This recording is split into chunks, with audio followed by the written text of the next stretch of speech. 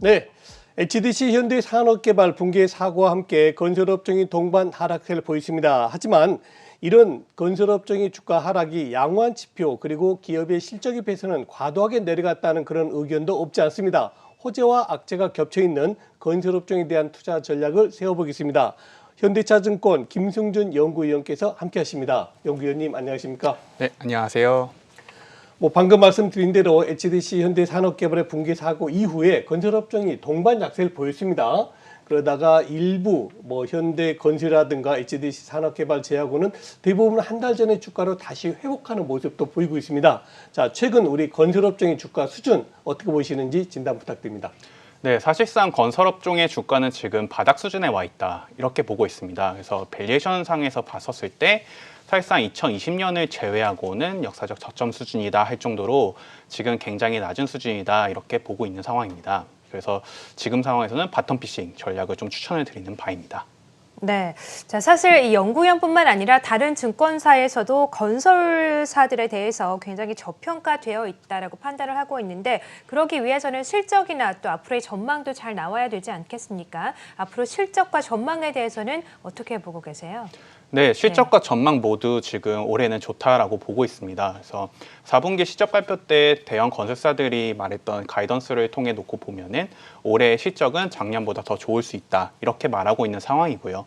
그리고 주택 분양에 있어서도 작년보다 올해 더 많이 할 수 있다 이렇게 얘기하는 상황입니다. 그래서 이 주택 분양 증가를 통한 어떻게 보면 실적 전반적인 증가를 좀 올해 전망하고 있습니다. 네, 그렇군요.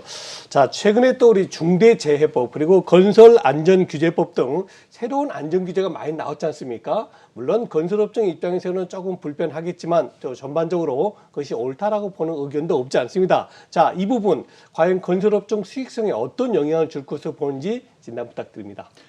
네, 사실상 이 중대재해법 같은 경우에는 이 실적에는 크게 영향을 미치지 않을 거다 이렇게 좀 보고 있는 상황입니다. 예. 사실상 이 중대재해법 같은 경우에는 과거부터 건설사들이 준비하고 있었던 부분이고요. 특히나 이게 광주 사고 이후로 지금 굉장히 좀 많이 부각받고 있는 상황인데 사실상 지금 현재 진행 중인 공사 현장들에서는 큰 영향은 없을 거다 이렇게 좀 보고 있는 상황입니다. 그래서 이 안전 관련된 비용이 증가하지 않을까 하고 그런 우려들이 있을 수 있는데요. 이제 그런 우려에 있어서는 사실은 본사 차원에서 인력을 재배치하거나 팀을 새로 만들거나 혹은 안전 관련된 예산을 좀 투입하는 그 정도에서 어느 정도 커버가 가능할 거다 이렇게 보고 있는 상황이고요. 네. 실제로 공사 원가에는 미치는 영향은 크지 않을 거다 이렇게 보고 있습니다. 네.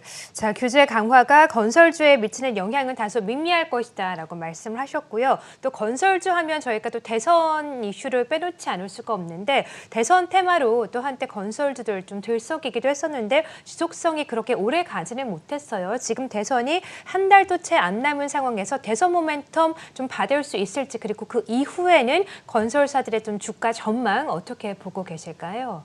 네, 사실은 이제 대선 때문에 건설주가 주목을 받을 수 있는데요. 사실 이 대선으로 인해서 건설주가 주가가 올라갈 거다라고 좀 기대하기는 조금 어렵겠다 이렇게 보고 있습니다. 네. 네, 왜냐하면 사실상 어느 한쪽이 우세하게 나타난다라고 봤을 때 예상되는 그런 정책들이 있기 때문에 향후에 이게 건설업에 어떻게 미칠지 어느 정도 판단을 하고 매수를 할 수 있을 텐데 지금은 어느 후보가 당선이 될 수 있을지 아무래도 예측하기가 어려운 환경이기 때문에 더더욱 그렇습니다. 그래서 오히려 대선 끝나고 나서 실제로 이제 새 대통령이 새로운 부동산 정책에 대한 내용이 나왔을 때 오히려 네. 건설업종이 탄력을 받을 수 있다 이렇게 보고 있습니다. 네. 자, 이제 마지막으로 질문 한번 드려보겠습니다. 이제 저 같은 문외한들은 건설업종 올라가면 같이 올라가고 내려가면 또 같이 내려간다고 보는데요. 또 우리 전문위원님처럼 연구위원님처럼 전문가분들도 보는 시각이 다를 것 같아요. 대형주 그리고 중소형주 분류해가지고요. 연구위원님이 가장 선호하는 최선호주 몇 종목 소개해 주시죠. 네, 근데 사실 말씀하시는 게 맞아요.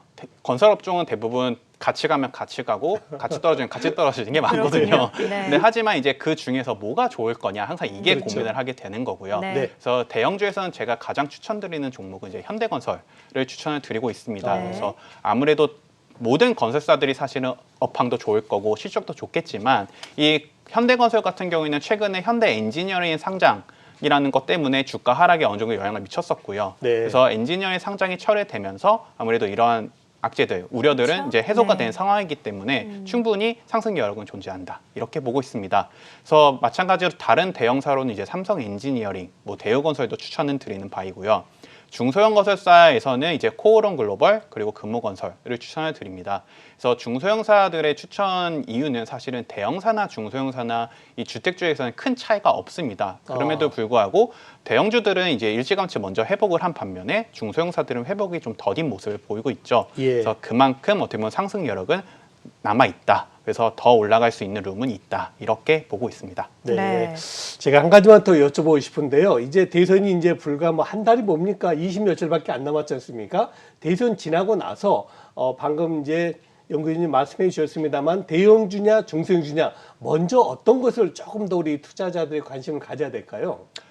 사실 이게 그 지금 후보 간의 정책의 방향성에 따라서 이제 누가 대형사냐 누가 중소형사냐 이게 갈리는 바가 있거든요. 예. 그래서 아무래도 조금 말씀드리기는 그러시죠. 네, 예. 조심스러울 수밖에 없을 것 같고 그냥 이게 뭉뚱그려서 해주시죠. 뭉뚱거려서 말씀드리자면은 예. 도시정비의 규제가 완화된다라고 했었을 때는 대형수가 유리할 거고요. 오히려 이제 정부 주도의 공급 정책이 나타날 거다 하면은 중소형사가 조금 더 수혜를 받을 수 있을 거다 이렇게 보고 있습니다. 네, 그러니까 누가 대선에서 당선이 되느냐에 따라서 향후 주가의 움직임도 종목별로 좀 차이가 있겠다라는 관점이시군요. 알겠습니다. 자, 대선을 앞두고 또 건설주들에 대한 전망 그리고 관심도 만만치 않게 이어지고 있는데요. 어떤 종목을 관심 있게 보면 좋을지 들어봤고요. 지금까지 현대차증권의 김승준 연구위원과 함께했습니다. 고맙습니다. 네, 감사합니다.